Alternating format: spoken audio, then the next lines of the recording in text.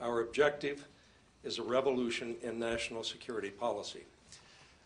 That summarizes what our project is, and it's based on about three principles. First of all, that fear is not a basis for national security policy. Second, we do not believe one party or the other can or should try to own the mandate of national security for this great country. And three, we also believe in this new century that national security will have new meanings and broader meanings than it did as recently as a few years ago. Ladies and gentlemen, on 9/11 we were victimized twice. 19 hijackers victimized us, and then we victimized ourselves. In our fear and our anger, we turned that snarling face to the world. We feel now, the Republicans and the Democrats who are assembled here with you today, that it's time to sort of recalibrate and reset. Making foreign policy in a democracy requires that people really have facts and understand what the reality of the choices are. Those facts have been obscured, or in some cases, people have been misled.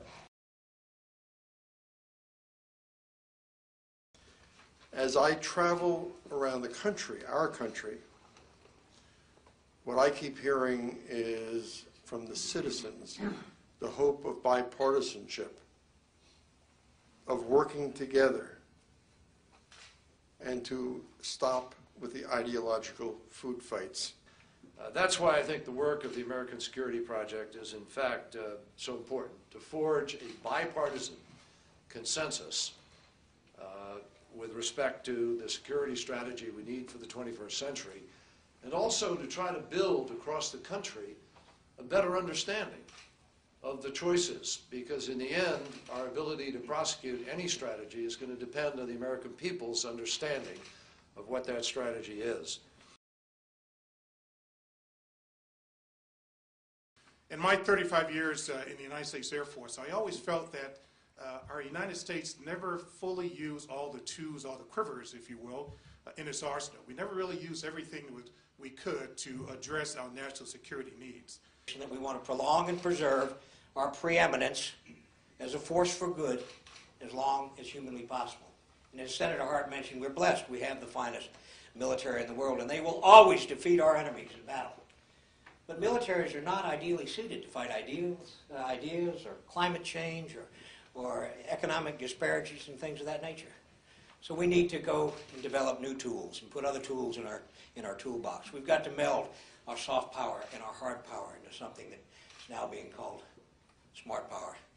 View one of the principal missions of the American Security Project as helping foster the kind of conversations that need to take place, applying them to national security issues, and the new American arsenal as a framework around which those conversations can be molded. And what really enthralls me about the new American arsenal, it is an opportunity to make sure people understand that there is a broad definition of national security. There's so many different tools that are available and can be used to address our needs for today and certainly for the future. At the end of the day, if we want to regain our moral standing in the world, and this citizen certainly does, we've got to, again, remember the words of Ronald Reagan when he talked about the image of the United States being a shining city on a hill, and not have the image of the United States be Abu Ghraib or Guantanamo.